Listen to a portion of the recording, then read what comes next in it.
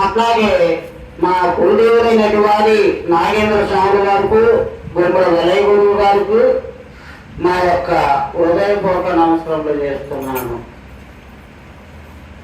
దివ్యాత్మ బంధువు ద్వారా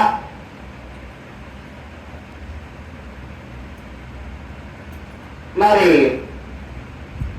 ఎంతమంది ఎన్ని కోణాలలో చెప్పినా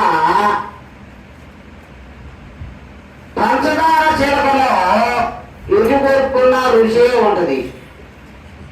కోరుకోవడం శాతకాలోనికి అది శోధుకునే ఉంటుంది.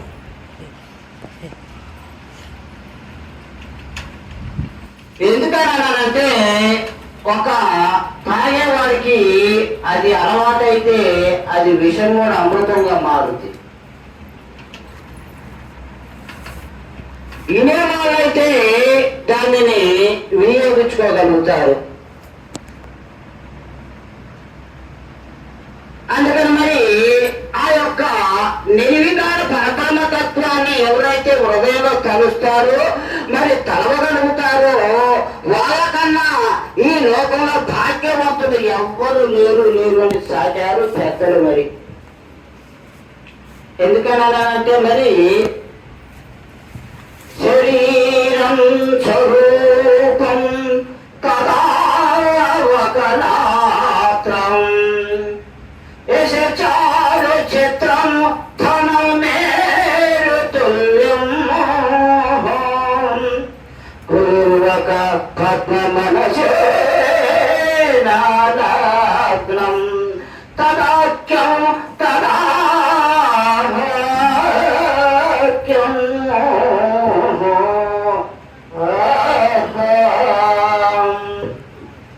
అయితే మరి పెద్దలు అన్నారు కదా, సుందరమైన శరీరం ఉన్నా, రూపవతి ఒక భార్య ఉన్నా, నేను పర్వతమంత ధనము ఉన్నా, మనసు యొక్క గురుపాద పద్మన యందు లగ్గం కానిచో లాభం లేదు అన్నారు. అయితే మరి ఎట్లా అయ్యానంటే, మరి ఒక ఊళ్ళో కోర్టు ఉన్నది, మాటగారి పెద్ద మనిషి. కానీ గురువు గారికి ఏమీ లేదు, వంటానికి ఇల్లు లేదు, తినడానికి తిండి లేదు, శరీర వస్త్రాలు కట్టుకొని ఉంటాడు. కానీ మరి ఈ గ్రామంలో మాటగారిని అందరూ గౌరవిస్తున్నారు, కానీ గురువు గారిని ఒక్కరు కూడా పట్టించుకోవట్లా. లోకం ఎక్కువగా మరి ఈ ఉన్న తిథిని గమనిస్తుంది, కానీ లేని తిథిని గమనించదు. లేని లేదైనా భగవంతుడే ఉన్నోడే లేనోడు రానే. మన కళ్ళకి లేనట్టుగా కనిపిస్తుంది భగవంతుడు, కానీ సత్యమైన స్వరూపం అదే. మరి సాయిబాబా గారు చినిగి వస్త్రాలు వేసుకుంటాడు, బలాట్లో విచారం చేస్తాడు. ఏమన్నా తరుగున్నదా? ఈ యొక్క శరీరానికి పొద్దున్న స్నానం చేసే చేస్తాడు సాయిబాబు గారు.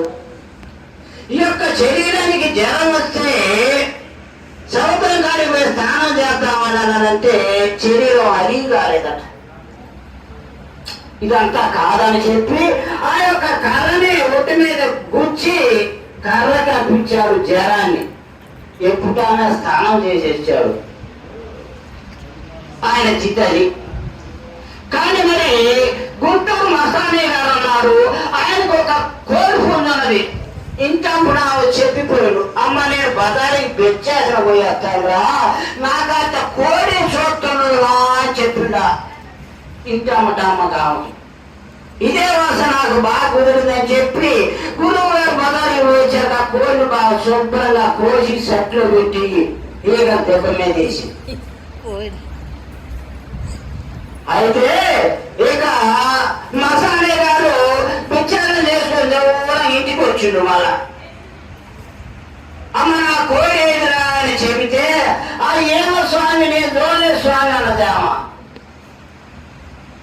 అయితే మరి మసానే గారు అంటే ఇక దెబ్బ మీద కోడి ఈగలు కొండలో ఉడికేది మరి కూర మొత్తం సరి ఉడికొచ్చి కోడి ఆకారం దాచి. అంటే మాయకి అంత బలం ఉంటుంది అన్నమాట. ఆయన విచారణ చేసిండు, ఈయన విచారణ చేసిండు, ఏం తరుగా ఉన్నదా? మహాత్ముల లోకంలో ఉన్న సత్యము ఒక్కటే.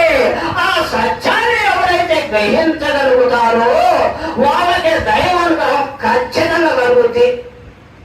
అయితే అక్క నామయోగి జ్ఞానయోగి మరి ధ్యానమయ్యి ఎట్లే సత్సంగం చెప్పుకొని ఇంట్లో పాల్గొన్నారు. నామయోగి గారికి పైకి నిలిచే ఇంట్లో సుఖరామ పార్టీ అంత గట్టి కూడదు ఆయన ఇంట్లో. ఇక పండుకోగానే నిద్ర పట్టింది కదా అందరికి. నిద్ర పట్టినాక గాలి వాన వచ్చింది. ఈ గాలికి